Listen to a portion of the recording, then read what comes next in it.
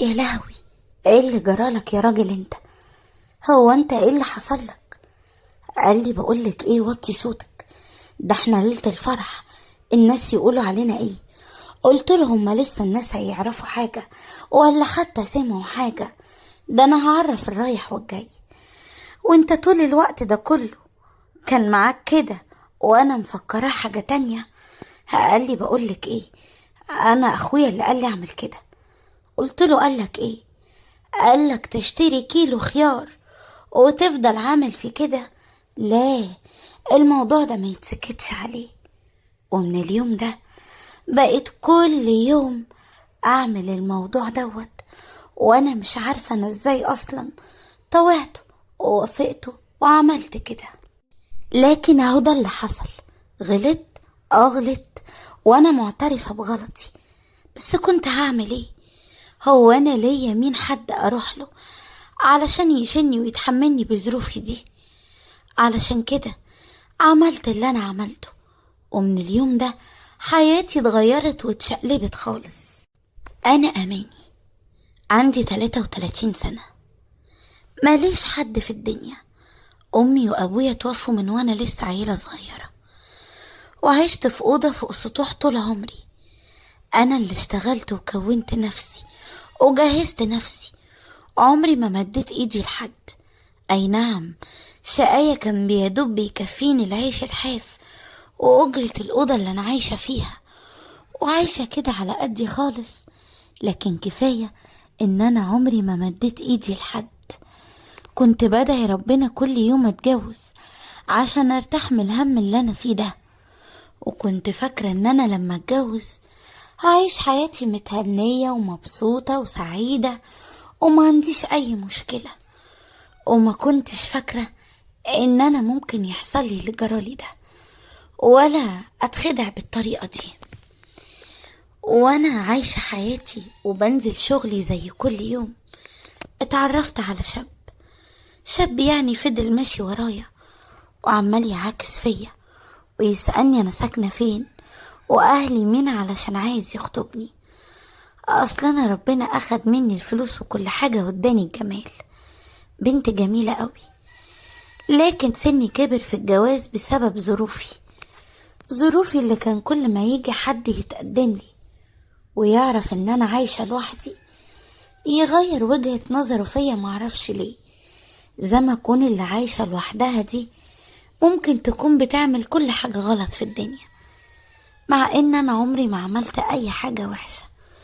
انا اصلا طول عمري بخاف على نفسي وبقول لنفسي لازم احافظ على نفسي عشان لما اجي اتجوز ابقى رافعة راسي وما يبقاش حد كسر عيني بحاجة. وفعلا انا فعلا حافظت على نفسي. ولما الشاب ده طلب يتقدم لي، وقتها بصراحة كنت مترددة اقوله على ظروفي ولا لا، لكن قلتله. والغريبة انه فرح قوي. قلتله انت فرحان ان انا ماليش اهل وناس اتسند عليهم لو غدرت بيا ولا عملت حاجة زي المشاكل اللي بتحصل بين اي راجل ومراته دلوقتي؟ قال لي لا ابدا، ده عشان انا هكون ناسك واهلك، انا هكون الحضن الوحيد اللي تجريله لو في مشكلة، حتى لو المشكلة دي بيني وبينك. فرحت بكلامه وعرف يقنعني. طول فترة الخطوبة كان دايما بيلمح لي ويتكلم معايا عن ليلة الجواز. كنت بتكسف قوي، وكان دايما يلبس بناطيل بتبين كل حاجة. كنت بشوف كل حاجة قدامي بوضوح. كنت بقول لنفسي انا شكلي كده هبقى زوجة سعيدة خالص. اصل زي ما انتوا عارفين الموضوع ده بيفرق، الطول، الشكل، الحجم، كده يعني الحاجات دي كلها بتفرق. طبعا الحاجات دي كلها كانت قدام عينيا، والموضوع كله كان ماشي كويس جدا، وانا كنت بقول لنفسي ان انا هكون مبسوطة. وفي الوقت ده او خطيبي اللي بقى جوزي دلوقتي كان بيعاملني حلو قوي، واهله كمان، وخصوصا اخوه الكبير. امه وابوه ما كانوش بصراحة بيتدخلوا في خصوصياتنا. حتى شقتي اللي هي اي نعم صغيرة، بس هي احسن من اوضة فوق السطوح، كنت فرحانة بيها قوي، وبصراحة محدش اتدخل في اي حاجة فيها. انا اللي اخترت الفرش والالوان بتاعت البياضة وكل حاجة فيها، وانا كمان ما جبتش اي حاجة الصراحة. جوزي هو اللي جاب كفة شيء، انا يا دوب بس جبت الهدمتين اللي كنت شارياهم، وكمان هو كان بيجيب لي حاجات. المهم حددنا بسرعة ميعاد الفرح، لان زي ما انتوا عارفين انا ماليش حد وماليش قرايب، فقلت بسرعة كده ان انا يعني اهو اتجوز بسرعة واعيش حياتي، ولا فرح ولا الكلام ده. يا دوبك عملنا فرح على الضيق كده، اهله بس واصحابه اللي كانوا موجودين، وكم واحدة من زمايلي في الشغل. وجا بقى الوقت اللي انا كنت مستنياه وبحلم بيه، وهو ان انا يبقى لي بيت زي كل البنات، ويبقى لي راجل يعني، واكون زوجة وبعد كده امه، الكلام اللي انتوا فاهمينه ده. وخلص بقى الاحتفال بتاع الجواز، وروحنا على البيت. وانا اول ما روحت البيت قال لي بقولك ايه، انا عايزك تفكي كده، خشي غيري هدومك وخدي دشك وظبطي حالك، وانا هغير هدومي بره علشان ما تتكسفيش. كنت فرحانة قوي ان انا زي اي عروسة. لكن بعد ما غيرت هدومي وخرجت وتعشينا سوا، جه وقت بقى ان احنا يعني نعمل دخلتنا. جيت اقول له يلا ندخل اوضتنا، قال لي مستعجلة ليه، تعالي نقعد نتفرج على فيلم سوا. قلت وماله، اكيد هو بيعمل كده عشان يفكني ويقربني منه، وما يحسسنيش يعني ان في اي مشكلة وكده، ويأخدني عليه ويفك الدنيا شوية. قعدنا واتفرجنا على فيلم، وانا بصراحة كنت محتاجة للموضوع ده، عايزة اجرب بأي طريقة. قلت له ياه انا نعسانة قوي، ما يلا بينا بقى ندخل اوضتنا. قال لي لا انا لسه قاعد شوية، قوم انتي نامي يا حبيبتي، تصبحي على خير. الله، هو ايه الموضوع بالظبط؟ بصراحة اتكسفت ان انا اقول له لا، لازم تدخل اوضتي معايا. قلت له طيب تصبح على خير، لو احتجت اي حاجة نادي عليا، انا نومي خفيف هقوم على طول. قال لي وماله يا حبيبتي. دخلت جوه في اوضتي ونمت، وفضلت اتقلب على سريري يمين وشمال، لكن فجأة حسيت ان مفيش صوت بره. الاول كان في صوت التلفزيون، لكن دلوقتي مفيش اي صوت. قمت من مكاني وقلت لو لقيته صاحي هقوله قلقت، اي مشرب اي حاجة. لكن اتفاجئت انه نايم على الكنبة اللي في وش التلفزيون، قافل التلفزيون ونايم على الكنبة. صحيته، قلت له انت ايه اللي نايمك هنا، تعالى ادخل اوضتك. قال لي مش عايز ازعجك، خدي راحتك وسيبيني انا نايم هنا لحد الصبح. وراح في النوم تاني وانا بكلمه. سبته، قلت اكيد هو برضو يعني مجهد من ليلة زي دي، رقصنا ورحنا وجينا وفرش البيت والعفش وكل الحاجات دي برضو مجهود، اسيبه لتاني يوم. وتاني يوم قمت انا قبليه، دخلت المطبخ حضرت الفطار، وبعدين دخلت اخدت دش ولبست قميص نوم كده حلو شيك ويفتح نفس اي راجل. وبعدين طلعت صحيه عشان يفطر. وبعد ما فطرنا لقيته يعني ما طلبت منه ندخل ننام لنا شوية ولا حاجة، قال لي لا روح انتي. قلت له وبعدين بقى، هو ايه حكايتك بالظبط؟ وهنا كان لازم اخرج عن صمتي عشان اعرف في ايه بالظبط. ولما لقاني مصممة على الموضوع وقلت له هو انت محدش يعني هيسأل ولا ايه، زي ما تقولوا كده احرج مني. ولما جه الأوضة عندي وابتديت اشوف كل حاجة، اتفاجئت ده اكنه مش موجود، راح فين؟ قلت له لا بقى، ايه ده، امال ايه اللي انا كنت بشوفه ده؟ وهنا اكتشفت الموضوع ان هو تقريبا ما فيش خالص. ويعني كل اللي انا كنت بشوفه ده كل مرة كان بيجيب خيارة، وطبعا انتوا عارفين الخيار اللي بيتحط على السلطة عشان ناكله ده. قلت له مين اللي قالك على الفكرة دي؟ قال لي ده اخويا. قلت له اخوك؟ قال لك كده عشان تخدعني؟ طب وبعدين اعمل ايه انا دلوقتي؟ وبقى كل يوم ياكلني الخيار والموز اللي هو جايبهم، وانا من ساعتها حياتي كده وبس، وانا مش عارفه اعمل ايه. انا عمري ما حسيت ان انا ست زي الستات، عمر ما الموضوع اصلا عرفته، ومش عارفه اعمل ايه يعني. ولا منه سابني زي ما انا، ولا مني عشت حياه طبيعيه. علشان كده انا جيت لكم النهارده وانا مش عارفه اعمل ايه. يا ريت كلكم تدلوني وتقولولي اعمل ايه واتصرف ازاي، وانا هستنى كل التعليقات بتاعتكم واقراها كويس. الو؟ ايه؟ عماله ترني ترني ترني، في ايه؟ قالت لي ايه؟ انتي اللي ما بترديش عليا. قلت لها عايزه ايه؟ في حد برضو يتصل في وقت زي ده؟ انا مش فاهمه في ايه يا بنتي، مالك؟ قالت لي ابدا، عايزه اطمن على صاحبتي. قلت لها عايزه تطمني ازاي يعني؟ قالت لي بقولك ايه، انا بقالي يومين مستنياكي تردي عليا، عايزه اعرف كل حاجه وبالتفصيل. قلت لها جرى ايه، انا عروسه ما ينفعش كده، وبعدين مش هينفع احكي لك يعني. انت عايزه تعرفي ايه؟ ما بكره تتجوزي انت كمان وتعرفي كل حاجه. قالت لي لا، انا عايزه اعرف كل حاجه دلوقتي وبالتفصيل. قلت لها بالتفصيل؟ قالت لي ايوه. قلت لها يا ستي اطمني، طلع راجل وراجل قوي كمان. قالت لي يا سلام، ليه؟ هو حصل ايه؟ قلت لها الله، ما تبقيش بارده مال، يعني ايه حصل ايه؟ قالت لي طب والله انا مش هقفل غير لما تحكي لي الليله دي ايه اللي حصل فيها وبالتفصيل. يلا اديني اهو بسمع كل اللي حصل. قلت لها ابدا يا ستي ما حصلش. احنا اول ما روحنا بيتنا طلب مني ان احنا ندخل اوضتنا، اول ما دخلنا الاوضه لقيته فجاه بيعمل يعني. قالت لي ها قولي. قلت لها لا لا لا ما اقدرش. قالت لي لا هتقولي.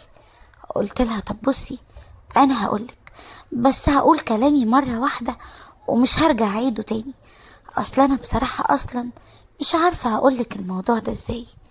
قالت لي طيب يا ستي يلا قولي. اصل هو اليوم ده كان مستعجل قوي على الموضوع ده لدرجة ان انا اتوترت وما كنتش ما كنتش يعني. قالت لي وبعدين بقى انتي هتسكتي تاني؟ قلت لها اصل انا بصراحة مكسوفة. قالت لي وبعدين معاكي، هو ده وقت كسوف برضو؟ يلا قولي ايه اللي حصل.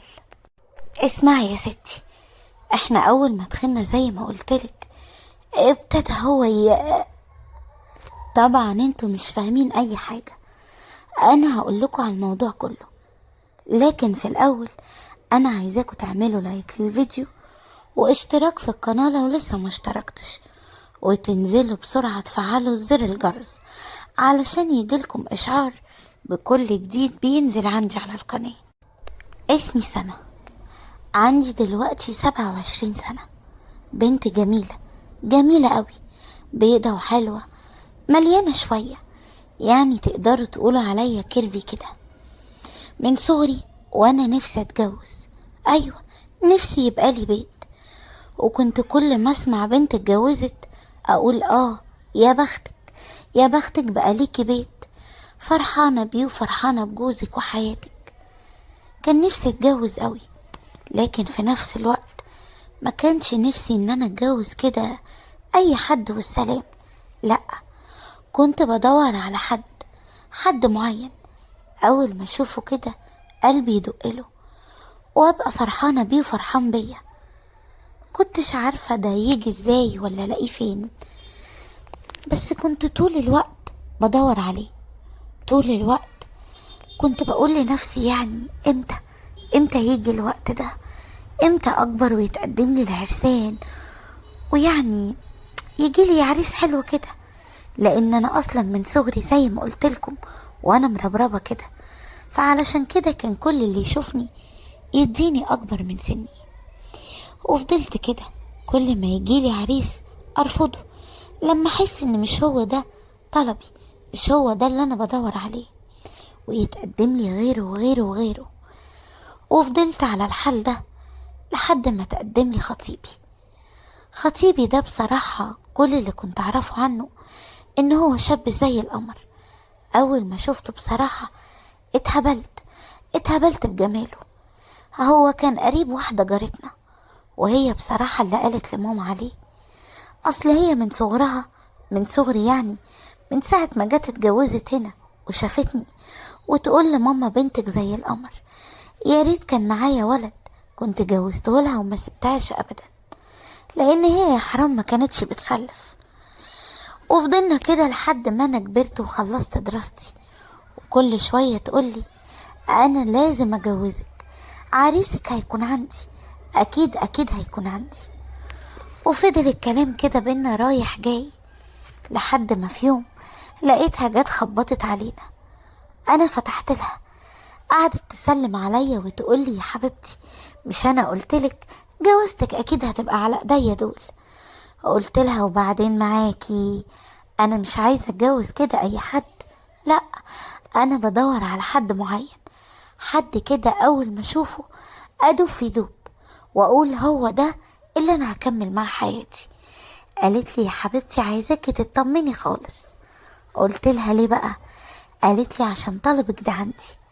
قلت لها ازاي؟ قالت لي بصراحة كده في شاب قريبنا في العيلة، هحكي لك كل حاجة، بس الأول ناديلي مامتك عشان تحضر معانا كده الكلام من أوله وتقولوا لي رأيكم. ها، فين مامتك بسرعة، أنا مستعجلة. كنت فرحانة بصراحة، أصل زي ما أنا قلت لكم أنا كل ما كان حد عندنا في العيلة يتجوز أقول يا بختها، ولما يقعدوا بقى يتكلموا خصوصا على ليلة الدخلة دي أبقى عايزة إن الموضوع ده يحصل بأي طريقة، وأقعد أسمع كل التفاصيل عشان أتعلم وأبقى فاهمة كل حاجة وفاهمة إيه اللي هيحصل في الليلة دي. بالرغم إن كانت كل واحدة بتيجي تحكي الليلة دي بطريقة مختلفة خالص عن التانية، لكن أنا كنت بقول لنفسي مش مشكلة، إيه يعني، اديكي بتاخدي خبرات وبتتعلمي من دي ودي ودي، وكل واحدة وليها تجربتها، لكن انتي هتاخدي المفيد في كل تجربة فيهم. وفعلا كان هو ده اللي بيحصل. دخلت ناديت والدتي وجت قعدت جنب جارتنا وقالت لها قوليلي يا وش السعد، ايه حساكي مبسوطة؟ قالت لها بصراحة كده انا جايبالكوا عريس لقطة، شاب طول بعرض بحلاوة بجمال، وكمان مستوظف، ويعني زي ما بيقولوا كده يعني متريش. قالت لها ده قريبك؟ قالت لها ايوه. بصي هي امه تبقى بنت عمتي، لكن بصراحة انا بعتبرها زي اختي بالظبط، وخلي بالك شاب بصراحة كده يعني ما يتفوتش. قالت لها خلاص هقول لباباها وارد عليكي على طول. وفعلا اول ما بابا جه من الشغل ماما قعدت معاه وحكت له كل حاجة بالتفصيل عن العريس، وانا كنت قاعدة متلخبطة مش عارفة ليه، كنت متوترة كده كأني ماما لما تقول لبابا يعني خلاص هيحددوا ميعاد الدخلة. المهم ان بابا قال لها خلاص اديله ميعاد يوم الجمعة الجاية يجي هو واهله يأنسوا ويشرفوا ونتعرف عليهم، ولو حصل قبول بين الولد والبنت والاهل خلاص نتوكل على الله. وفعلا جاي يوم الجمعة، وطبعا كانت ماما بلغت جارتنا من قبلها، وانا اليوم ده بصراحة ماما ما خلتنيش اعمل اي حاجة في البيت غير بس اهتم بنفسي. قالت لي انا عايزاكي اليوم ده تبقي زي القمر، تطلعي كده منورة. عارفة يعني ايه منورة؟ قلت لها بصراحة يا ماما انا متوترة ومتلخبطة قوي. قالت لي ليه بس؟ قلت لها معرفش، حاسة يعني كده ان انا متلخبطة. قالت لي استني بس لما يجي ونشوفهم. بقولك ايه، انا مش عايزاكي تتدلقي، عايزاكي تبقي تقيلة كده وركسة، يعني حتى لو الشاب عجبك ما تبينيش ده، وتحاولي طول الوقت تفهميهم ان انتي يعني ما بتوافقيش بأي حد، فهماني؟ وقلت لها ايوه طبعا يا ماما، وبصراحة انا فعلا ما بوافقش بأي حد. قالت لي شكلك كده مرتبة حاجة في دماغك. قلت لها لا يا ماما، بس انا نفسي اخد واحد يكون هو اول حد في حياتي واخر حد، يعني اتخطب له واتجوزه واكمل معاه عمري، مش هتخطب لده واتساب من ده واتخطب لده. قالت لي برافو يا حبيبتي، عين العقل، روحي بقى جهزي حالك عشان خلاص شوية والناس جايين هيبقوا على وصول. قلت لها حاضر يا ماما. وفعلا دخلت اوضتي وابتديت اعمل ميك اب خفيف، وانا كنت بصراحة مش محجبة يعني بشعري، وانا شعري كان طويل واسود وسايح زي الليل. دخلت لبست اشيك حاجة عندي، وانا من قبلها كنت عاملة شعري عند الكوافير، فردت شعري وحطيت برفم كده خفيف، وكنت عاملة ميك اب رقيق قوي. واول ما الناس وصلوا وماما رحبت بيهم وضيفتهم هما وبابا كمان شوية، ولقيتهم بينادوا عليا. طلعت علشان اسلم على العريس وعلى اهله. اول ما شافني بصراحة انبهر بيا وبجمالي، وانا كمان مش هخبي عليكم اول ما شفته حسيت ان قلبي دق. ما كنتش عارفة هو انا صاحية ولا نايمة ولا بحلم ولا ايه بالظبط، متلخبطة ومش عارفة حتى اقول ايه، مش عارفة اقول كلمتين على بعض، لدرجة ان انا كنت كل شوية اتلخبط لو حد فيهم سألني على حاجة، وكانوا عمالين يضحكوا اكمني يعني بتلخبط وكده. لكن مامته قالت لماما يا زين ربيتي، شكل بنتك متربية قوي ما شاء الله عليها. هاي حبيبتي، ايه رأيك في ابننا؟ يا رب يكون كمان هو عجبك زي ما انتي عجبتيه بالظبط. وقتها بصيت في الارض، كنت مكسوفة جدا. ماما قالت لها معلش يا حبيبتي، اصل احنا ما عندناش بنات كده يقولوا رأيهم وكده يعني، الكلمة عندنا كلمة بابانا. قالت لها وماله يا حبيبتي، بس ما فيش مانع ان احنا نعرف اذا كان في قبول ولا لا. في الوقت ده بابا اتدخل وقال لها اكيد يا حاجة هنقولك اول ما نفكر ونرد عليكم على طول. واخدوا قعدتهم وبعد كده مشوا من عندنا. وبعديها بابا جالي اوضتي وسألني، قال لي ايه رأيك يا حبيبتي؟ قلت له اللي حضرتك تشوفه يا بابا. قال لي بصراحة انا شايف ان هو يعني مفهوش مشكلة، باين ان هو شاب محترم ومتزن كده وعاقل. قلت له يبقى اللي حضرتك تشوفه.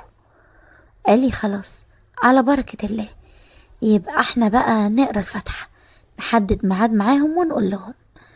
وفعلا بابا تاني يوم رد على الست وقال لها احنا عايزين نحدد ميعاد لقراية الفاتحة. وفعلا هم حددوا ميعاد وجم قروا فتحتي. لكن طبعا في خلال قراية الفاتحة كان بيجي زيارات عندنا، وساعات كانت ماما تسيبني اخرج معاه، لكن كان باين جدا عليه من كذا مرة خرجت فيهم معاه ان هو بصراحة بتاع بنات جدا. مفيش بنت معدية من جنبنا الا لما يبص عليها. وقتها بصراحة بالرغم ان انا حسيت ان انا مرتاحاله ومعجبة بيه وقلبي دقله، لكن قلت لنفسي لا، انا مش هوافق عليه. معقول يعني؟ معقول ده مفيش بنت واحدة بتعدي الا لما يبص عليها؟ وانا بقى بصراحة مش هتحمل كده. هو يعني مين اصلا ترضى بكده؟ لكن بعد شوية وبعد ما قعدت افكر قلت لنفسي يعني اي نعم هو بتاع بنات، لكن في الاخر اختارني انا وجي خطبني انا، يبقى ليه بقى انا مفوز بيه دونا عن كل البنات دي، ويبقى في الاخر ليا انا ولوحدي انا؟ ايه المشكلة؟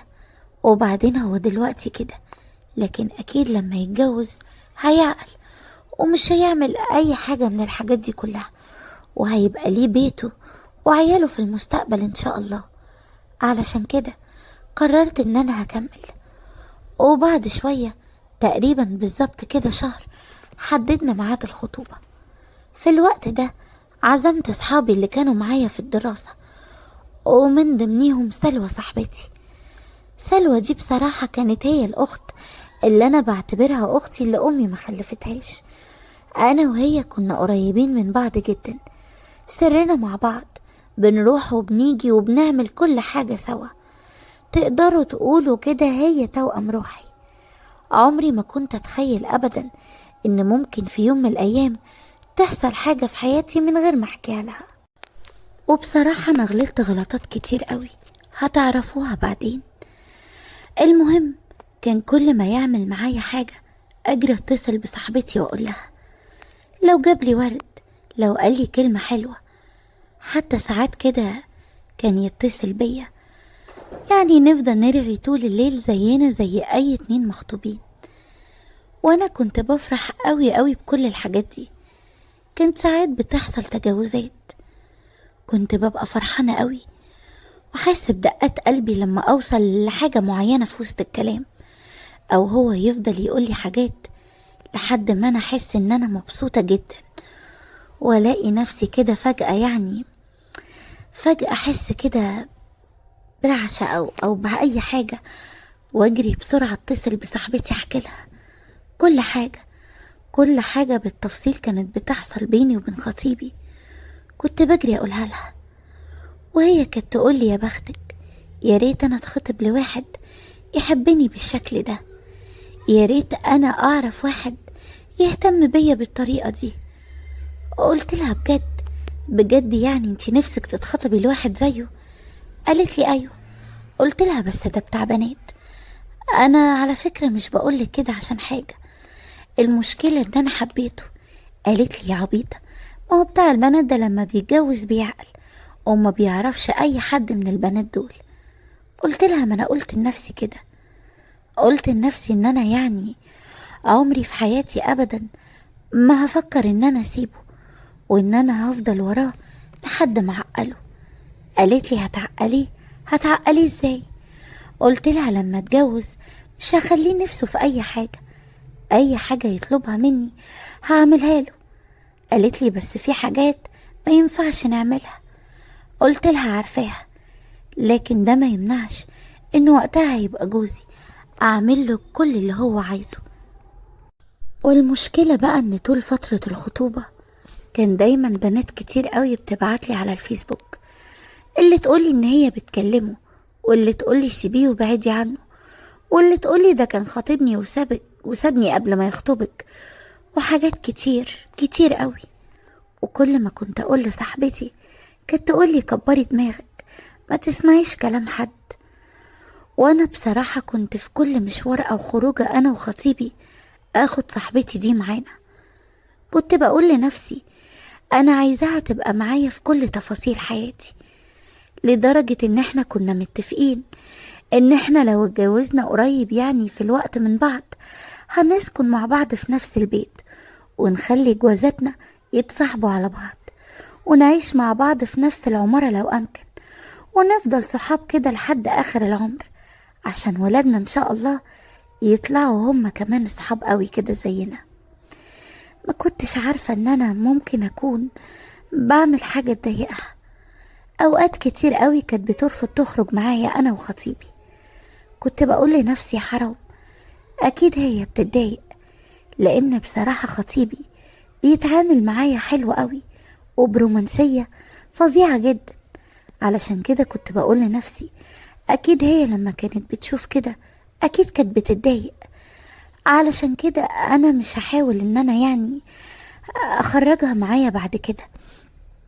أنا مش عايزاها تتضايق مني أو تحس إن أنا بضايقها أو تحس إن أنا بعمل كده بقصد. لأ، كنت عايزاها تحس إن أنا فعلا أختها، وإن أنا يعني مش عايزة أضايقها بأي شكل من الأشكال. علشان كده ما كانت بترفض وتتحجج لي بأي حاجة ما كنتش بزعل منها. كنت أقول لها خلاص يا حبيبتي براحتك، لو عوزتي في أي وقت إن انتي يعني تخرجي معايا قوليلي، وأنا كده كده بقولك على كل حاجة. عدى الأيام، لكن مع مرور الوقت أنا وخطيبي كان بيبقى فيه مشاكل كتير قوي ما بينا بسبب المكالمات اللي كانت بتجيلي، أو مثلا مرة يبقى عندنا وأفتح تليفونه بالصدفة ألاقيه مكلم أي بنت، ولما أسأله يقولي دي كانت زميلتي في الكلية، أو إحنا صحاب عادي. أقوله يعني إيه إحنا صحاب عادي؟ يقولي عادي يعني، إيه المشكلة؟ انتي ليه مكبرة الموضوع؟ أقوله عشان إحنا مخطوبين، يعني أنا لو كلمت حد غيرك انت عادي بالنسبة لك؟ يقولي الراجل غير البنت. أقوله مفيش حاجة اسمها كده، انت بني آدم وأنا بني آدم، انت عندك إحساس وأنا كمان عندي إحساس، يعني لو انت عملت حاجة والحاجة دي هعرف انها هتضايقني، يبقى ما تعملهاش. زي ما انا كده بعمل لما بحس ان انا مثلا الحاجة دي لو عملتها هتضايقك مش بعملها. دي مش حاجة تقلل مني، بالعكس دي حاجة تتحسب لي. يعني انا لما اعمل كده هيقولوا دي بنت محترمة عارفة الفرق بين الصح والغلط. وانت لو عملت كده هيقولوا عليك ان انت فعلا راجل، علشان مش بتحاول تضايق الست اللي في حياتك. علشان كده كان طول الوقت الخلافات بينا بتزيد اكتر، وفي اخر وقت مكنتش عارفة اعمل ايه. لكن لما في مرة وهو عندنا كنا قاعدين بنتغدى، وفجأة تليفونه رن، ولما بصيت على تليفونه لقيته رقم. قلت له رد. قال لي لا لا لا مش مهم، مش هرد دلوقتي، وبعدين احنا قاعدين بنتغدى. قلت له بقول لك رد، انا مش هخليك تكمل اكلك حتى غير لما ترد. وفي الوقت ده فعلا رد على التليفون، وقلت له يفتح السبيكر. لكن اتفاجئت ان هي بنت، وبتقول له ايه يا ابني انت فين كل ده، اتأخرت ليه؟ هو احنا مش متفقين ان احنا هنتقابل؟ في الوقت ده اتضايقت منه، وما كنتش مصدقة ان هو عمل فيا كده. انا اصلا ما استاهلش منه كده، ليه يعمل حاجة زي كده؟ وقتها اتخانقت معاه، وفي نفس الوقت قررت ان انا هسيبه. بصراحة القرار ده كان من جوايا، كنت حاسة ان انا مش هينفع افضل عايشة على الحال ده. وفعلا سبت خطيبي. ولما كلمت صاحبتي حكت لها على اللي حصل، قالت لي انت ازاي تعملي كده؟ بقولك ايه، اديني رقم خطيبك وانا هتكلم معاه، وملكيش انت دعوة. قلت لها هتتكلمي معاه تقولي له ايه؟ والنبي ما تعرفش عليها بنات تانيين؟ بقولك ايه، كبري دماغك وملكيش دعوة بالموضوع ده. قالت لي اسمعي بس، اديني رقم وما تبقيش عنيدة. فعلا اديت لها الرقم. لكن بعد ما اديت لها الرقم في الوقت ده، ولما سألتها عملتي ايه، قالت لي بصراحة انا حاولت اتكلم معاه، لكن هو اول ما لقاني صاحبتك قفل السكة في وشي. قلت لها بقولك ايه، ما تتصليش بيه تاني وانسي الموضوع ده. وفعلا ابتدى الموضوع بالتدريج كده يتنسي، ولا انا ولا هي بقينا بنجيب سيرة الموضوع. تقدروا تقولوا كده ان انا ما بقتش حتى اسألها ولا حتى اجيب سيرته. وبعد شوية وقت لقيتها بتقولي باركيلي انا اتخطبت. قلت لها اخص عليكي، كده كده برضو ما تجيبليش سيرة. قالت لي معلش يا حبيبتي. قلت لها ومين بقى اللي مامته دعياله ده؟ قالت لي حد انتي ما تعرفوش. قلت لها ماشي، طب ابعتيلي صور الخطوبة، وبعدين تعالي هنا. انتي ازاي ما تقوليليش ان انتي اتخطبتي وتعزميني على الخطوبة؟ يعني انا اعرف زي الغريب تقوليلي كده بعد ما تتخطبي؟ قالت لي معلش حقك عليا، الموضوع جه بسرعة، انا حتى ما عملتش خطوبة، انا لبست الدبلتين عند الجواهركي كده وخلاص. قلت لها على العموم يا حبيبتي الف مبروك، لكن برضو اكيد اتصورتوا. قالت لي اه. قلت لها طيب يلا بعتيلي الصور. قالت لي مش هينفع. قلت لها مش هينفع ليه؟ قالت لي معلش اصل خطيبي ما بيحبش كده، وانا فعلا مش عارفة اقولك ايه. قلت لها ما بيحبش كده اللي هو ايه؟ انا مش فاهمة. قالت لي يعني ما بيحبش صور تروح لحد وكده، هو اصلك محرج عليا. طب تعرفي هو اصلا ما كانش عايزنا نتصور، انا اللي ألحيت عليه، وكان رافض، وكان بيقول لي انا ما بحبش الصور، وحرج عليا ان انا انزل اي حاجة على الفيسبوك، علشان كده تلاقيني ما نزلتش حاجة. قلت لها ايوه فعلا، انا معرفش اي حاجة عن الموضوع ده غير منك. قالت لي اه، ما انا زي ما بقولك كده، هو محرج عليا ان انا ما نزلش اي حاجة عن الموضوع ده. قلت لها على العموم انا فرحت لك قوي. وفعلا كملنا حياتنا عادي وايامنا عادي، كنا بنخرج بس مش كتير زي الاول، وكانت فين وفين لما تكلمني. وكمان انا اللي كنت اتصل بيها اغلب الاوقات، كنت اقول لها نفسي اعرف انتي بتختفي وتروحي فين، كانت تقولي عادي. اصل انا مشغولة شوية يعني، انتي عارفة بقى. قلت لها هو انتي خلاص قربتي تتجوزي؟ كانت ترد عليا وتقول لي ايوه، ايوه قربت اتجوز. قلت لها طب يا بنتي انتي ليه مش بتعرفيني؟ ايه بيقولي لي انزل انقي معاكي الحاجات. على فكرة انا ذوقي حلو قوي في الحاجات دي، لكن هي كانت بتتهرب مني، وانا كبرت دماغي وقلت اكيد بتنزل هي وخطيبها، وشكله كده رخم ما بيحبش حد يخرج معاهم، علشان كده قلت اكيد هي وقت ما تحتاجني هتلاقيني. وبعد حوالي شهرين من الموضوع ده لقيت مامة خطيبي او اللي كان خطيبي بتكلمني وبتقولي ان هي عايزة تجيلنا زيارة وعايزة تتكلم مع مامتي وبابايا. بلغت مامتي وماما قالت لي اهلا وسهلا، تشرف وتآنس في اي وقت. وانا اتصلت بيها وبلغتها وفعلا جت لنا. في الوقت ده قعدت تقولي ان ابني اتغير، وانا بصراحة كده عايزاكي ترجعي له. صدقيني انا مش هلاقي احسن منك ولا من تربيتك ولا من جمالك وحلاوتك لابني. وفضلت تقنع في ماما وبابا وتقنع فيا، وفي الاخر بابا طلب مني ان انا اديله فرصة تانية، وان يعني ساعتها هو اكيد طالما مامته قالت ان هو اتغير يبقى اكيد اتغير، اكيد يعني مش هتيجي تقول حاجة ما حصلتش. بصراحة بيني وبينكو انا كنت بحبه قوي، علشان كده لما بابا وماما طلبوا مني ان انا اديله فرصة تانية وافقت، وقلت خلاص مش مشكلة اديله فرصة تانية. وفعلا رجعنا لبعض ولبسني شبكتي تاني. وقتها لقيته بيقولي شفتي انتي سايباني بقالك كام شهر وانا كل ده محتفظ بدبلتك وبدهبك، تعرفي ليه؟ قلت له ليه؟ قال لي عشان قلبي كان حاسس ان احنا اكيد هنرجع لبعض. قلت له يا سلام، ما انت السبب، مش كده ولا انا بتبلى عليك؟ قال لي خلاص بقى انا مش عايز نرجع نتخانق تاني.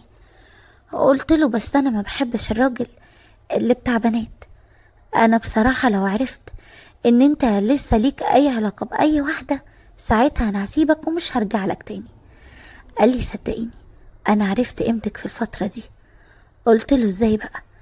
قال لي لان انتي بنت متربية قوي، اهلك علموكي الصح من الغلط، وانا مهما لفيت عمري في حياتي ما هلاقي زي تربيتك. انا عارف كويس قوي ان احنا اما نتجوز هتديني كل حقوقي واي حاجة اطلبها منك، لكن في نفس الوقت انتي لحد دلوقتي محافظة على نفسك. انا عمري ما طلبت منك حاجة وانتي اديتيها لي. قلت له بس احنا ساعات كنا بنتكلم في كل حاجة.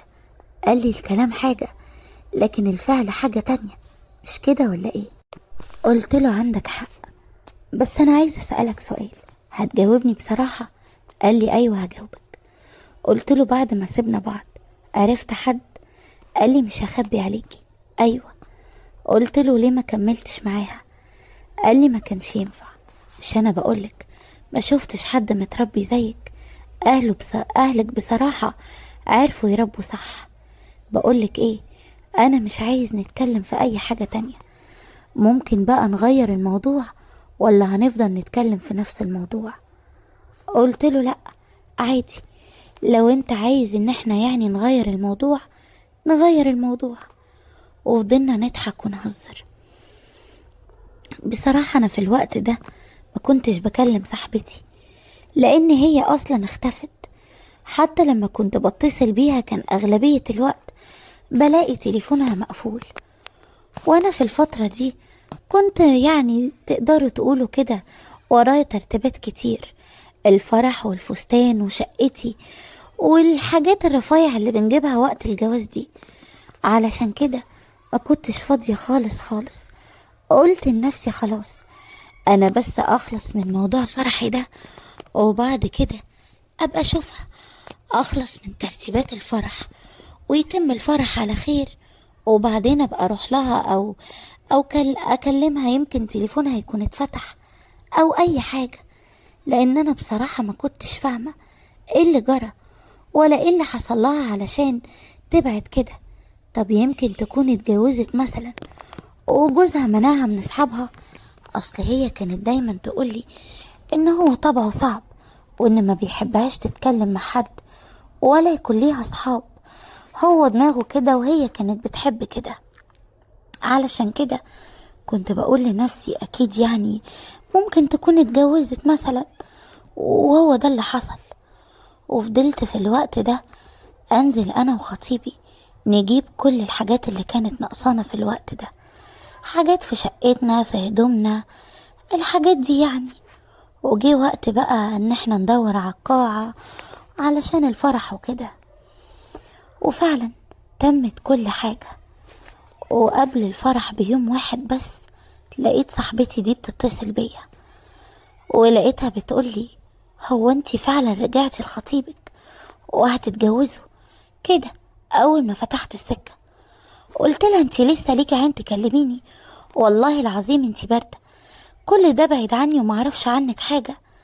قالت لي ردي عليا، هو انتي فعلا هتتجوزي؟ قلت لها ايوه. قالت لي كده من غير ما تقولي لي. قلت لها على فكرة انا اتصلت بيكي كتير قوي قوي، لكن دايما تليفونك كان مقفول. قالت لي وما جيتليش البيت ليه؟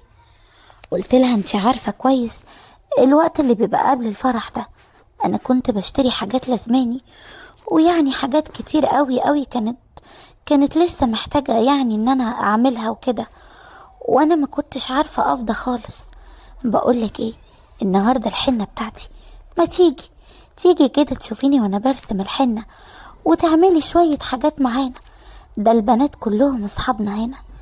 قالت لي لا انا هاجي الفرح. قلت لها بجد هتيجي؟ قالت لي ايوه. قلت لها طب تعرفي لو ما جيتيش والله العظيم هزعل منك قوي. قالت لي لا صدقيني هجيلك الفرح، بس اهم حاجة عايزاكي تقوليلي انتوا رجعتوا لبعض ازاي؟ قلت لها ولا حاجة يا ستي. فمرة لقيت تليفوني بيرن من مامته، ولقيتها بتقولي عايزة اقابل مامتك وباباكي. ولما قلت لماما قالت لي وماله، تيجي تآنس وتنور. ولما جت قعدت تتحايل علينا يا بنتي عشان ارجع له، وانتي عارفة بصراحة ان انا بحبه. وقعدت تقولي ان هو اتغير، وان يعني هو كمان مش عارف يعيش من غيرك. وفعلا اهلي وافقوا ان انا اديله فرصة تانية ورجعنا. قالت لي طب وهو لما رجع كنت حاسة ان هو فعلا اتغير؟ قلت لها ايوه، لكن بصراحة وبيني وبينك انا حاسة. قالت لي حاسة ايه؟ قولي. قلت لها حاسة كده انه كان في حد في حياته. قالت لي ليه بتقولي كده؟ قلت لها لان انا لما قلت له يعني انت رجعت لي ليه وكده، قعد يقول لي ان انت متربيه قوي، وان انت احسن بنت انا شفتها في حياتي، وان انت غير كل البنات اللي انا عرفتهم. وفضل يتكلم كتير قوي عن اخلاقي. فانا يعني لما قلت له انت عرفت حد، قال لي ايوه بس انا مش عايز اتكلم في الموضوع ده. ولقيته بيقول لي عايزك تبعدي عن كل اصحابك، عايزك تبقي ليا انا وبس. لكن انا قلت له ان في كذا واحدة من صحابي ما بقيتش اصلا اعرف عنهم حاجة، ومن ضمنهم انتي. انا بصراحة شكيت ان انتي اتجوزتي. قالت لي لا ما اتجوزتش. قلت لها بس انتي لسه مخطوبة صح؟ قالت لي ايوه لسه مخطوبة. قلت لها طيب. ففي الوقت ده يعني لما سألني عنك قلت له انا بقالي فترة معرفش عنها حاجة. قال لي احسن. قلت له احسن ليه؟ قال لي انا مش قصدي هي بس يعني، انا عايزك تبقي لي انا وبس. قالت لي يا سلام، هو قالك كده؟ قلت لها ايوه. قالت لي على العموم الف مبروك، وانا بكره هجيلك الفرح. وفعلا تاني يوم جات الفرح وقعدت ترقص معايا، لكن انا كنت حاسه ان هي متغيره.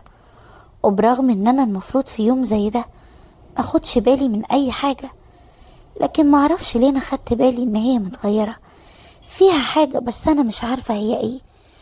وفضلت يعني فضلت مركزه معاها وهي باصه لخطيبي، وكنت فاكراها بصله عشان فرحانه بيا. كنت حاسه بنظراتها ان هي بتلومني، لكن على ايه انا ما كنتش عارفه ولا كنت فاهمه اصلا. المهم عدى الفرح وعدى كل حاجة يوم الفرح، وروحنا البيت. اول ما روحنا البيت بصراحة هو كان مستعجل قوي، وانا ما خبيش عليكم كنت زيه بالظبط ويمكن اكتر كمان، لكن ما كانش ينفع ابين كده. انا كنت هموت واجرب موضوع الجواز ده واعرف بالظبط وبالتفصيل ايه اللي بيحصل في الليلة دي. يعني ايه اللي بيتم، بيبدأ بايه العريس الاول، الموضوع بيكون عامل ازاي، العروسة بتحس بايه، هل الموضوع ده يعني بتحس بألم وكده برضو زي ما بيقولوا ولا لأ. حاجات كتيرة قوي قوي كانت بتدور جوه دماغي، وما كنتش عارفة لها ولا حل ولا تفسير ولا أي حاجة. المهم فضلت أنا كده على الحال ده لحد يعني ما أعرف إيه اللي هيحصل. في الوقت ده لقيته طلب مني إن احنا ندخل الأوضة، وطلب مني يعني إن احنا نسيب بعض كده من غير كسوف ومن غير خجل ومن غير أي حاجة. وفعلا ابتديت أعمل كل اللي هو عايزه، وبعد شوية بقينا احنا الاتنين كده زي ما اتولدنا، حاجة كده غريبة، ولا في كسوف ولا خجل ولا أي حاجة. لكن أنا كنت فرحانة قوي بكل حاجة بتحصل في الليلة دي. طب تعرفوا، دي أسعد ليلة مرت عليا في حياتي. كل حاجة كانت بتحصل في اليوم ده حلوة. جوزي كان رقيق جدا معايا، كان بيحسسني ان انا عروسة. وبصراحة احنا بعديها قعدنا كام يوم كده. الموضوع ده طبعا بيحصل يوميا، موضوع العلاقة ده زي اي عروسة بالظبط. وفي اليوم التالت لقيت صاحبتي عمالة ترن، وده اول ما فتحت تليفوني لان تليفوني كان مقفول، ده غير الرسايل الكتير جدا جدا جدا اللي لقيتها منها. استغربت اول ما فتحت التليفون ولقيت الرسايل دي، قلت لنفسي هتصل بيها بس مش دلوقتي، الاول اكلم مامتي، لان احنا ما عندناش حد بيجي في الصباحية والكلام ده، لا بيسيبونا يعني لما ناخد راحتنا كام يوم كده. ولسه هكلم مامتي لكن لقيت صاحبتي هي اللي بترن عليا.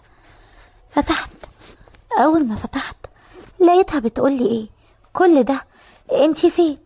قلت لها مش معقولة، كل ده رن ورسايل، في ايه يا بنتي مالك؟ قالت لي ابدا، انا عايزة اعرف ايه اللي حصل بالتفصيل. قلت لها غريبة، وانتي مالك؟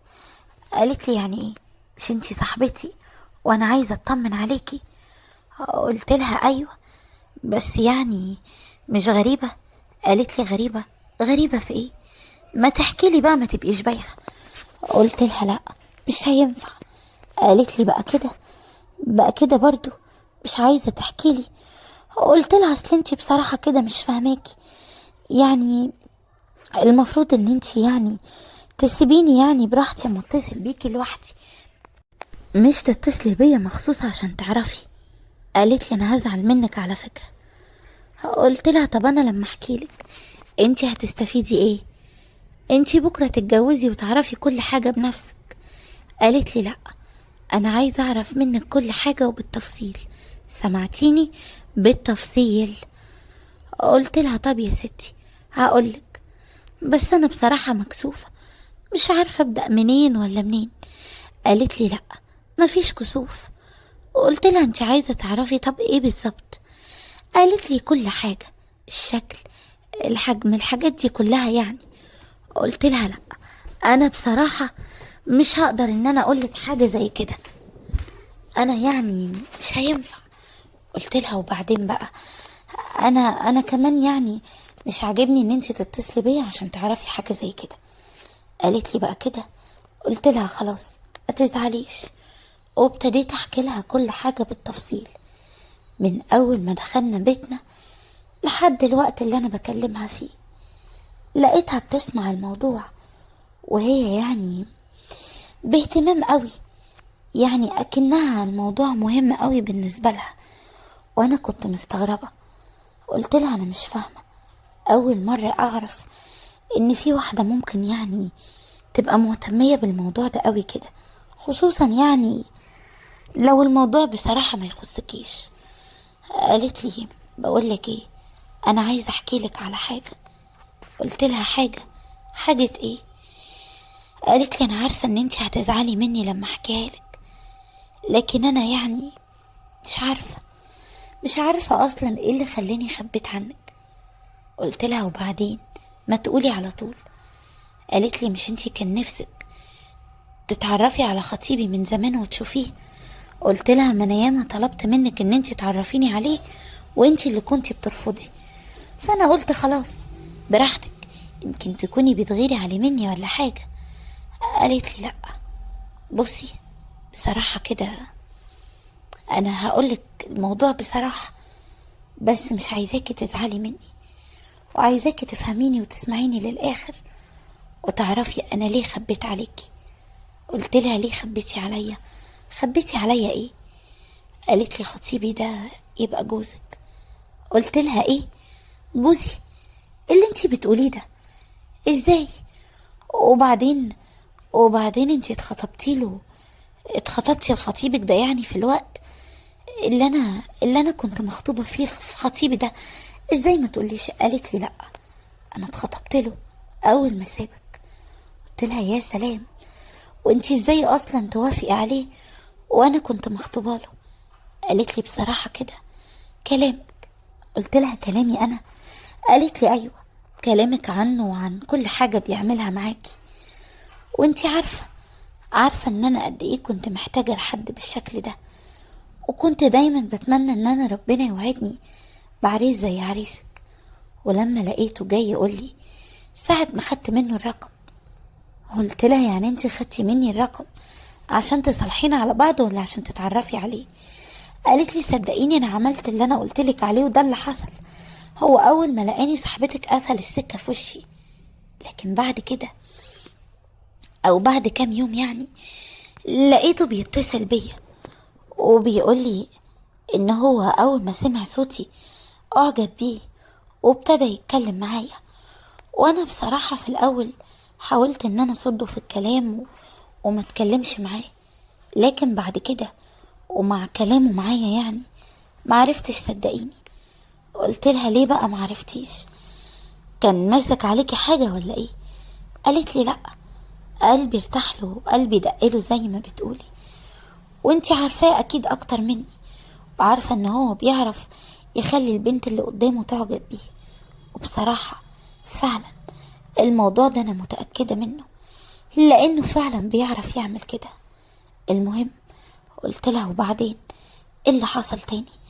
قالت لي ابدا، بعد ما تعرفنا على بعض طلب مني ان هو يجي يقابل اهلي، وانا طبعا اهلي ما يعرفوش خطيبك. وافقت وفعلا جيت قدم لي، ولما لبسنا الدبل قلت لها انتوا كمان لبستوا دبل؟ قالت لي ايوه. في الوقت ده ماما حبت ان هي يعني تعرف اصحابي وكده، لكن انا رفضت وقلت لها كفايه اهلنا، وبصراحه يا ماما دي يعني رغبه خطيبي وهو مش عايز اي حد يعرف. وماما وافقت. ماما كمان بتخاف من الحسد، ومن كتر ما كانت شايفاه عريس لقطة قالت لي وماله يا بنتي، ما نعرفش حد لحسن تاخدوا عين. قلت لها وبعدين؟ قالت لي في الفترة دي حصلت بيني وبينه حاجة. قلت لها ايه الحاجة دي؟ قالت لي في يوم واحنا خارجين طلب مني ان هو يروح يعني ياخدني معاه شقته علشان نتفرج عليها. قلت لها وبعدين؟ قالت لي فعلا رحت معاه شقته، واليوم ده حصلت بينا علاقة كاملة واصبحت مش بنت. بصراحة بعد الفترة دي وبعد ما حصل كده اتغير معايا وبقى دايما يتهرب مني، ما كنتش عارفة اعمل ايه. وفجأة لقيته بيرد عليا وبيقولي كل شيء اسمه نصيب. قلت له انت اتجننت؟ ايه اللي انت بتقوله ده؟ انا هفضحك، انا هقول للناس كلها انت عملت ايه. طب اقول لك على حاجة تانية، انا هتصل بصاحبتي واقول لها اللي كان خطيبك ده عمل ايه وعرف صاحبتك بعديكي. قال لي لو عملتي كده انا معايا فيديوهات وصور ليكي، ساعتها هفضحك وكل الناس هتعرف. وانا بصراحة ما بقيتش عارفة اعمل ايه، وفي الوقت ده قررت اسكت قلت لها وليه ما جيتليش؟ قالت لي لما جيت لك وكنت ناوية احكي لك وفتحت تليفوني لاني دخلت في اكتئاب وما كنتش عارفة اعمل ايه. اول ما فتحت تليفوني وفتحت الفيسبوك عشان ابعتلك اتفاجئت ان انتي محددة ميعاد الفرح وبتقولي ان انتي رجعتي تاني لخطيبك. ما كنتش عارفة اعمل ايه وخفت ان انا اقولك تفكريني بقولك كده عشان تسيبيه او عشان غيرانة منك ولا حاجة. قلت لها طب ما انا سألتك انتي لسه مع خطيبك ولا لا؟ قلتي لي ايوه انا مع خطيبي. قالت لي طب كنت هقولك ايه؟ كنت هقولك اللي خطبك هو نفسه اللي خاطبني وهو اللي عمل معايا كل الحاجات دي. طب ازاي اكسر فرحتك بالشكل ده؟ قلت لها وانتي دلوقتي بقى مكسرتيش فرحتي. انتي طيب دلوقتي بتتصلي بيا عايزاني اعمل ايه؟ قالت لي بصي انا مش عايزة منك اي حاجة غير انك بس يعني غير انك تجيبيلي الفيديوهات والصور دي، لان بصراحة كده انا لحد الوقت ده بكلمه وبترجاه عشان يديني الصور والفيديوهات دي، لكن هو رافض وبيقولي دول معايا للامان علشان لو فكرتي تعملي حاجة كده ولا كده ساعتها بقى انا اقول لكل اهلك وكل اصحابك، وانا ساعتها مش هتأذي لان انا يا حبيبتي مصورك انتي بس وانا ما جيتش في الموضوع اصلا، فانا ما ينفعش ان انا كنت اتكلم. قلت لها برضو انا اعمل ايه دلوقتي؟ يعني انا لو رحت كلمته ممكن ينكر كل اللي انتي بتقوليه. وبعدين تعالي هنا، انا ايه اصلا اللي يثبت لي ان جوزي هو فعلا اللي كان خطيبك؟ لقيتها بعتلي صور كتير قوي ليهم هما الاتنين وصور كمان وهما في الشقة. وبالمناسبة الشقة اللي هي حصلت فيهم الحاجة اللي ما بينهم دي شقتي اللي انا ساكنة فيها دلوقتي. ايوه مش عايزة حد يتصدم، انا عارفة ان انا كنت مغفلة، عارفة ان انا ما كانش ينفع ارجع للبني ادم ده تاني، لكن في نفس الوقت صاحبتي برضو مش عارفة تصعب عليا لان ما ينفعش كانت تسلم نفسها بالطريقة دي، كان لازم تحافظ على نفسها. ايوه البنت في الاخر ملهاش غير سمعتها وما كانش ينفع تعمل كده في نفسها. غلطت، ايوه انا غلطت اني رجعت له وهو غلط وغلطته مش هتغتفر من اي حد ولا حتى ربنا ممكن يسامحه على حاجة زي كده، وانا برضو مستحيل اسامحه ولا هي. لكن برضو انا دلوقتي اعمل ايه؟ فكروا معايا يا جماعة وخلوكوا مكاني. انا دلوقتي اصبحت مراته واصبحت برضو مش بنت، يعني لو انا اتطلقت منه هبقى اتطلقت بعد كام يوم جواز. الناس ممكن تقول عليا ايه؟ واللي زي ده ممكن علشان يطلع نفسه كويس يقول على الست اللي كانت معاه اي حاجة، وانا طبعا عشان اتطلق منه لازم هقوله على السبب الحقيقي. صاحبتي بتترجاني ان انا اجيب لها الفيديوهات والصور وانا مش هعرف اعمل كده لان انا من فترة مسحت الصورة عنده بالغلط وعرف يرجعها وقال ان هو عنده برنامج يعني يقدر منه ان هو يرجع كل الفيديوهات والصور دي. وعلى فكرة انا معايا الفيديوهات والصور دي على تليفون جوزي، ولو حد عايز الفيديوهات دي يبعتلي وانا ساعتها هقوله يتواصل معايا ازاي. لكن على فكرة الفيديوهات دي مدفوعة وانا طبعا عايزة دلوقتي حل في اسرع وقت يا جماعة، لان انا مش عارفة اعمل ايه. انا عارفة طبعا ان صاحبتي غلطت غلط كبير جدا، لكن انا في نفس الوقت مش عارفة اعمل ايه.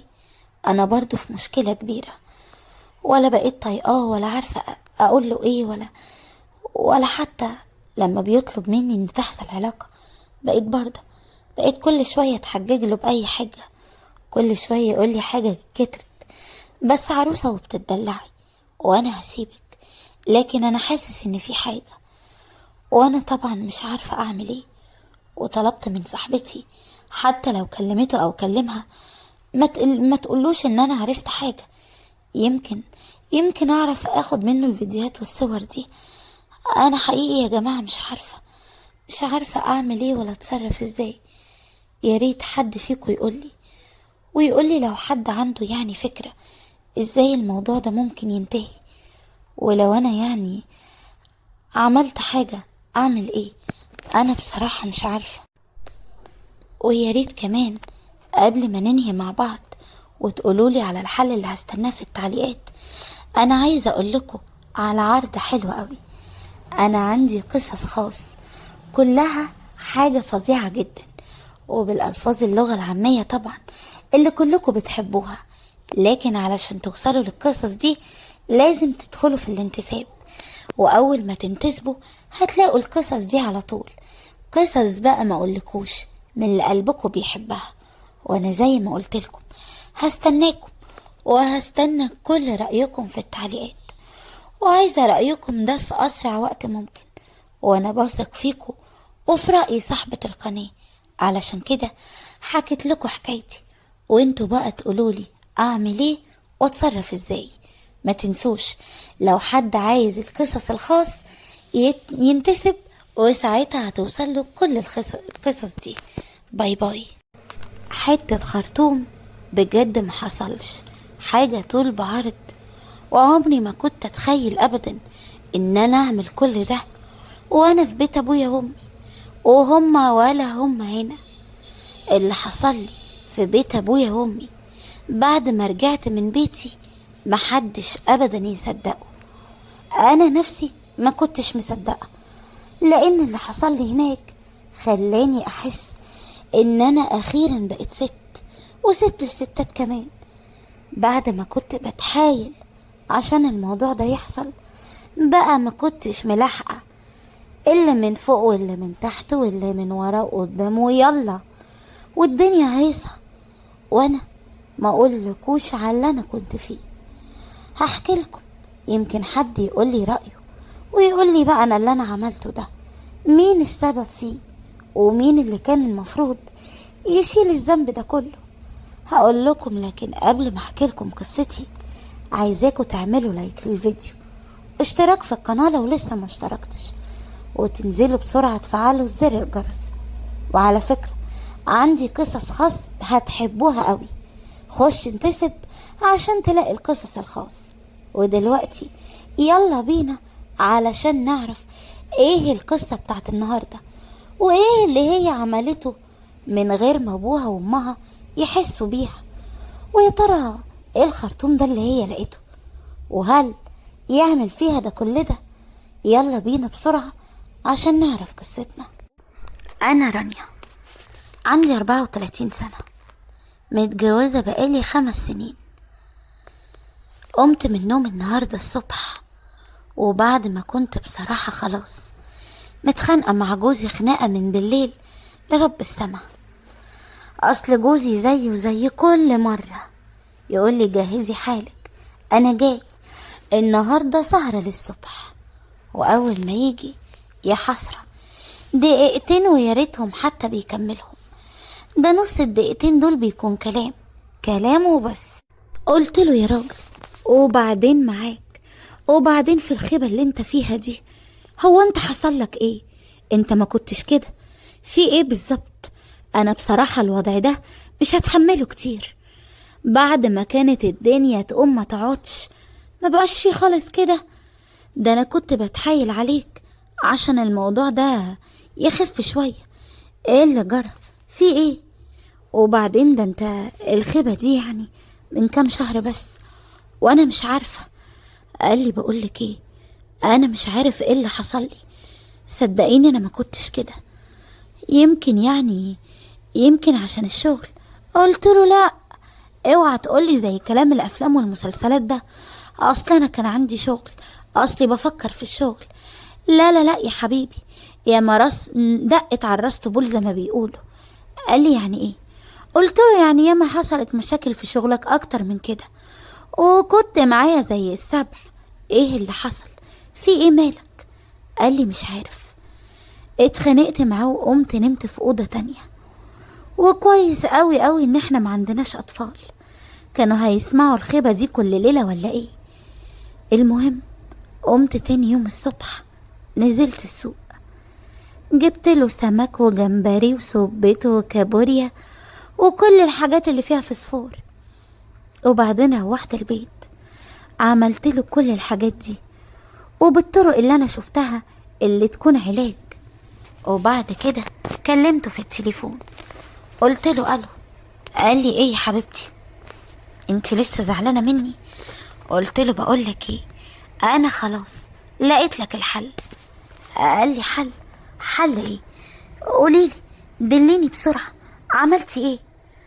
قلت له انا جبت لك الحل اللي بصراحه كده هيخليك حاجه تانية. قال لي طب ما تفهميني. قلت له بص بقى، نزلت السوق النهارده الصبح وبكل الفلوس اللي في البيت جبت لك سمك وكابوريا وجمبري وصبيط وكل الفسفور اللي موجود في السوق. اما شوف بقى هتعمل ايه بكل ده. قال لي ياه، كل ده ليه ده كله؟ قلت له ليه؟ هو انت ايه حكايتك بالظبط؟ هو انت مش حاسس باللي انت فيه ولا ايه؟ قال لي لا، انا حاسس باللي انا فيه بس يعني. قلت له بس ايه؟ قال لي ولا حاجة. قلت له مالك؟ قال لي انا مش عارف. على العموم انت كده حلتيلي المشكلة. بقولك ايه، النهاردة بقى هقولها لك بقلب جامد، جهزي نفسك لحد ما اجيلك يا قمر انت. صدقيني النهاردة هتبقى السهرة للصبح ومفيش حد هيخلصك من ايدي. انا عايز صوتك يصحي الجيران. قلت له بس كده، من عينيا، بس يلا تعالى بسرعة. قفلت معاه التليفون وقمت جهزت كل اللي ورايا.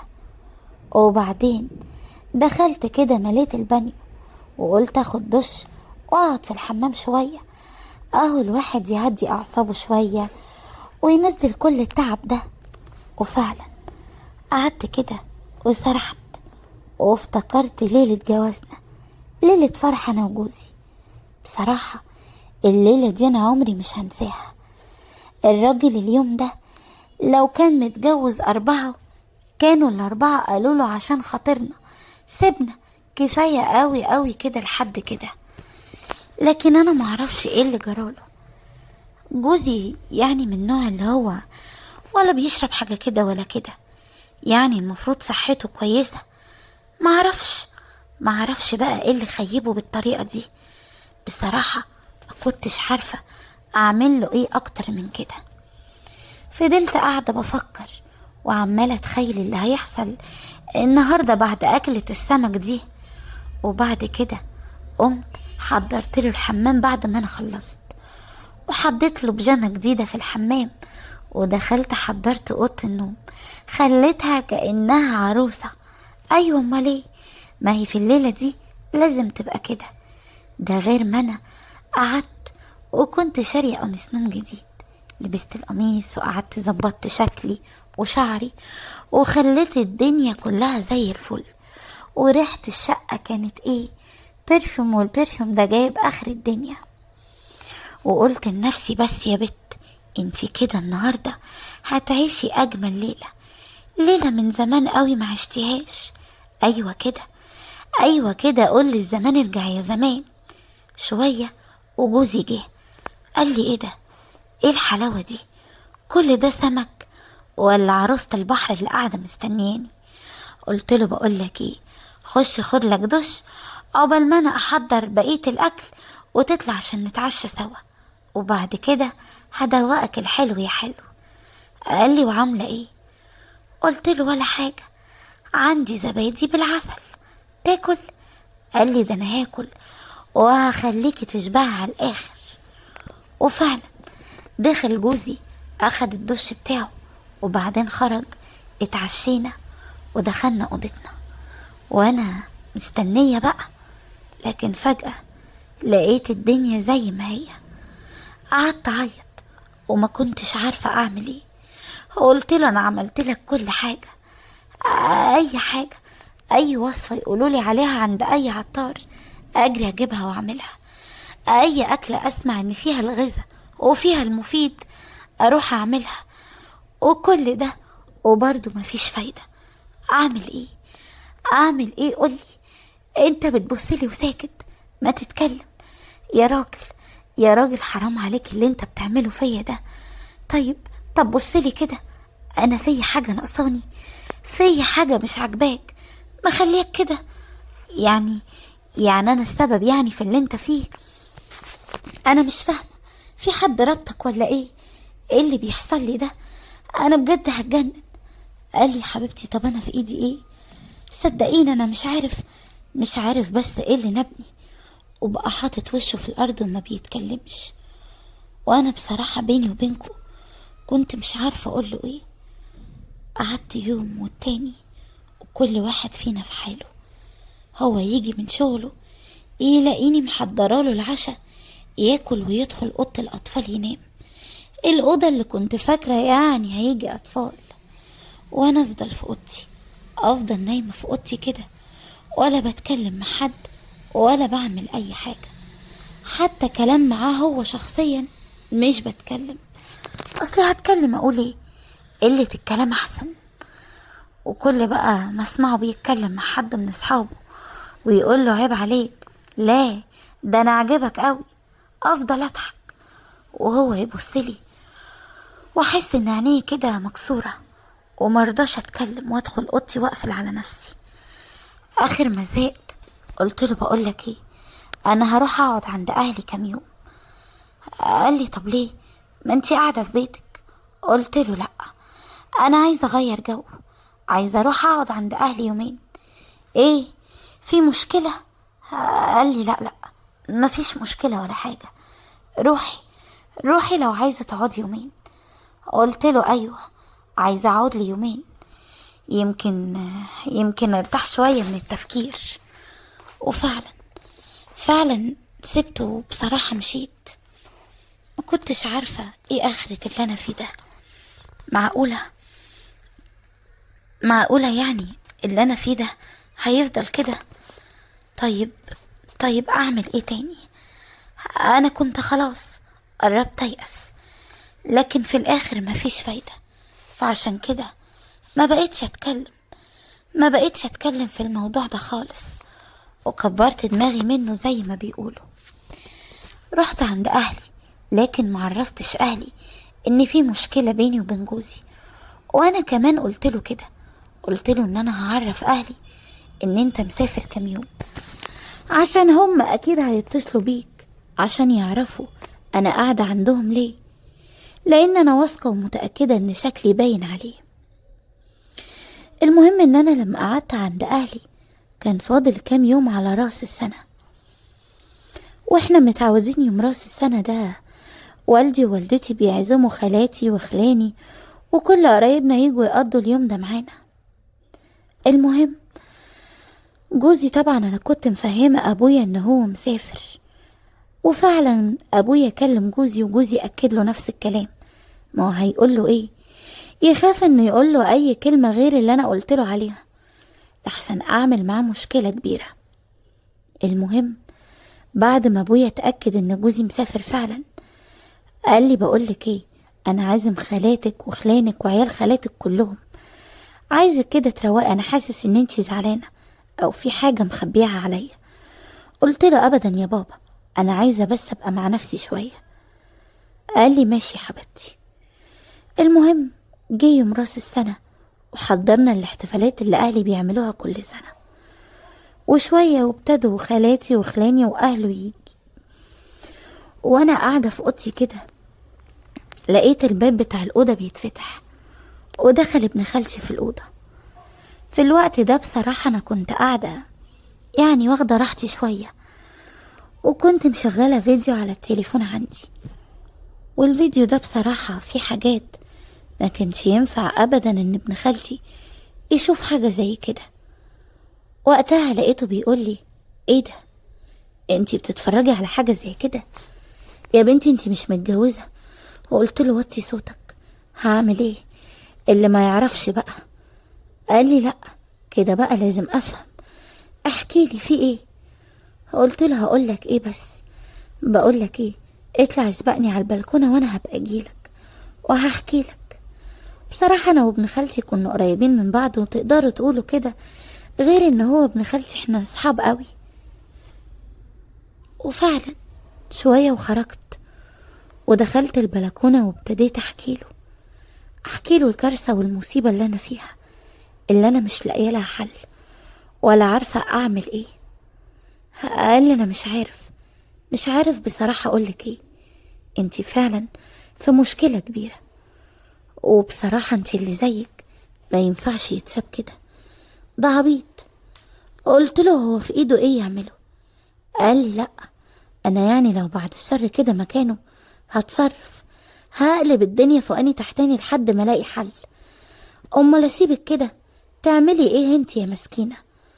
قلت له عندك حق، لكن انا بصراحة خلاص مش عارفة اعمل ايه، انا فعلا هتجنن. قال لي يا للدرجة دي؟ قلت له ما انت مش عارف حاجة، انا بقالي على الحال ده كام شهر وخلاص معنتش عارفة اصبر اكتر من كده. انا بصراحة خايفة ان انا يعني اضعف ولا اعمل حاجة غلط، واديك دخلت النهاردة اهو وشفتني، علشان كده بقى انا مش عارفة اعمل ايه. قال لي واللي يلاقي لك الحل. قلت له الحل إيه؟ هتعمل ايه يعني؟ قال لي قولي لي بس اللي يلاقي لك الحل. قلت له مش عارفة، بس هيكون دين في رقبتي طول عمري. قال لي بصي بقى، بصراحة كده انتي عجباني جدا من زمان، وما فيهاش حاجة ابدا ان انا بقى اوريكي الشغل الصح اللي على اصوله. قلت له انت بتقول ايه؟ انت اكيد اتجننت. قال لي كده برضو انا اتجننت؟ وانت عايزة ايه؟ قلت له انا مش عايز حاجة، انا بس يعني مش عارفة انت تقصد ايه. قال لي بصي، انت عارفة من زمان قوي ان انا كنت معجب بيكي وتقدمتلك وانت اللي رفضتيني، فاكرة ولا فكرك؟ قلت له فاكرة. قال لي وانا اتجوزت وبرضه ما حصلش نصيب، وما عرفتش اكمل حياتي مع حد غيرك. ايه بقى المشكلة ان انا وانتي نرجع ايام زمان؟ قلت له انت بتقول ايه؟ قال لي بقولك ايه، اسمعي كلامي، انتي ست وحلوة وعارف ومتأكد انك محتاجة للموضوع ده بأي طريقة زي ويمكن اكتر، وانا بقى ولا هقولك سيبي جوزك ولا الكلام ده كله، لكن كل اللي هقولهولك ان انا وانتي نقدر ندي بعض الحاجات اللي احنا محتاجينها من غير ما حد فينا يتضر. هي قلتي ايه؟ قلت له مش عارفة. قال لي لا، لازم تعرفي قبل ما امشي. قلت له طيب لو انا وافقت الموضوع ده هيحصل ازاي؟ قال لي هنا. قلت له هنا فين؟ انت اكيد حصل لك حاجة في دماغك، هنا بيت اهلي. قال لي انتي هتمشي امتى؟ قلت له لا، انا لسه قاعدة كام يوم، ما انا قلت له يعني ان انا عايزة اغير جو وكده.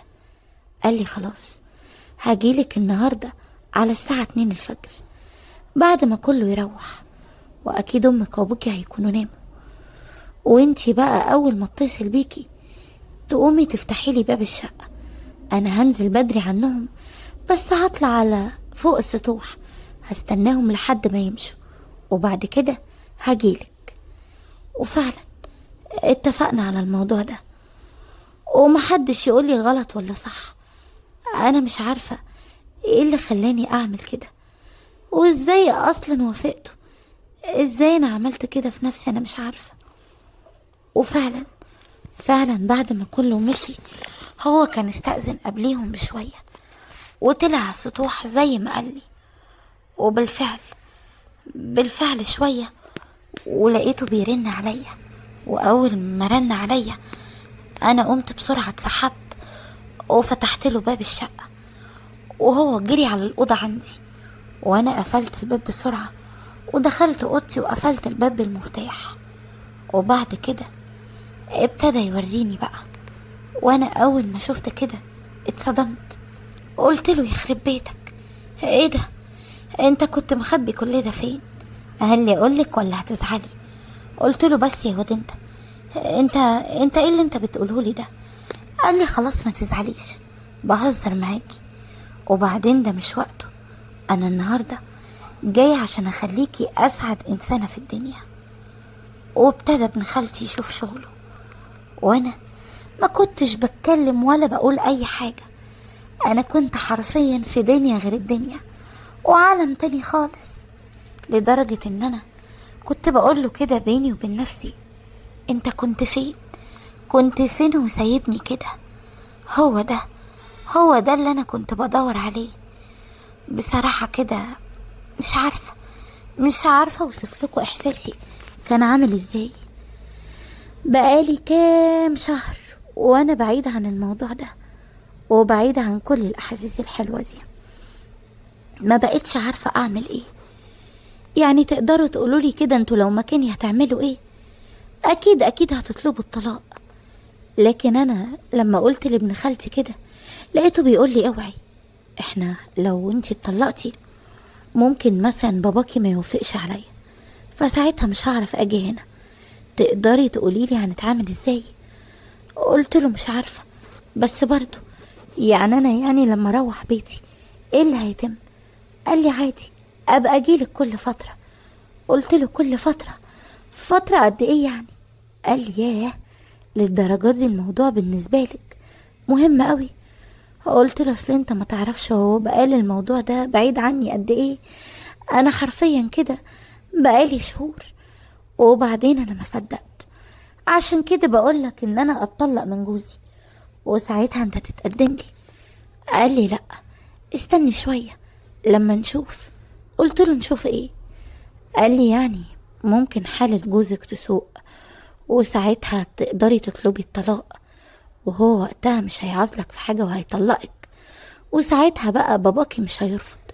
انما دلوقتي انتي ما فهمتيش باباكي ولا اهلك الحقيقة، فعشان كده مش هينفع ان انتي تعملي اي خطوة دلوقتي. وافقت، وبقينا فعلا نتقابل كل فترة. حتى لما روحت بيتي بقيت اقوله على المواعيد اللي ينفع يجي فيها. ومن ساعتها والموضوع ده بيحصل على كل ما احتاج. وبعدين انا مش عارفة الحال ده هيفضل كده لحد امتى. انا بقيت فعلا مش عارفة اعمل ايه. انا هتجنن من كتر التفكير. وطبعا اكيد انا مش هقبل ان انا اكمل كده، علشان انا والله يا جماعة صدقوني انا مش كده. بس اهو ظروف واتحطيت فيها، واهو ده اللي حصل. اكيد طبعا انا غلطت ومش بنكر، عارفة، لكن جوزي برضو هو السبب. ما حاولش حتى ان هو يروح للدكتور. كنت كل ما اقوله تروح للدكتور يقول لي انت عايزة الناس تضحك عليا، انت عايزة الناس تقول عليا معرفش ايه، وكل شوية يتحجج لي بأي حاجة. واهو اديكوا شايفين حالي وصل لايه. يبقى مين بقى اللي يشيل الذنب؟ مين المسؤول، انا ولا هو؟ وعارفة ان في ناس هتطلع تقولي طب ما كنتي تطلقي وزي ما تحصل، او تغلطي وانتي بعيد عنه احسن وانتي معاه. لكن انا بصراحة حاجة اتحطيت فيها وخلاص.